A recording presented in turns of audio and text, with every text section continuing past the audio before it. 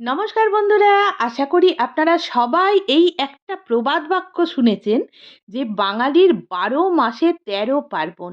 হ্যাঁ, যেহেতু এক বছরে ১২টা মাস আর সেই ১২ মাসে প্রচুর রকমের উৎসবে মেতে ওঠে বাঙালি, সেই জন্যেই ওই কথাটা বলা হয়।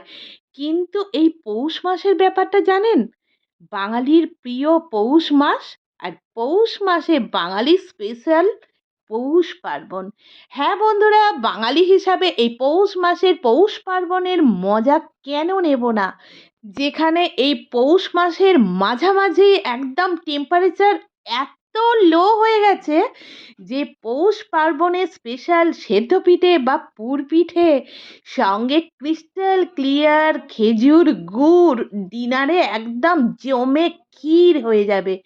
বিশ্বাস করুন বন্ধুরা। আর একটা কি কথা বলুন তো, পৌষ পার্বণ মানে কি শুধু পৌষ মাসের সংক্রান্তিতেই পালতে হয়? না না, ওইটা তো বিশেষ একটা পূজা পার্বণের রীতিনীতি। ওই দিনগুলো আমাদেরকে পিঠে পুলি করে খেতেই হয়। কিন্তু আমার কাছে পৌষ পার্বণ মানে সারা মাস ধরে যখনই সময় পাবে, যখনই ওয়েদার একদম পিঠে খাওয়ার জন্যে সুটেবল হবে, তখনই বানিয়ে ফেলো।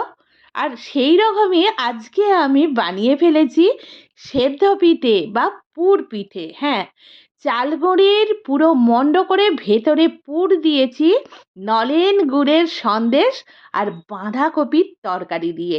কয়েকটা করেছি সন্দেশের পুরে, কয়েকটা করেছি বাঁধাকপির তরকারির পুরে। আর ওপর থেকে ছড়িয়ে দিচ্ছি ক্রিস্টাল ক্লিয়ার খেজুর গুড়। আর বিশ্বাস করুন বন্ধুরা, এত ঠান্ডায় আজকে ডিনার একদম ফাটাফাটি। দেখা হচ্ছে পরের ভিডিওয়। টাটা।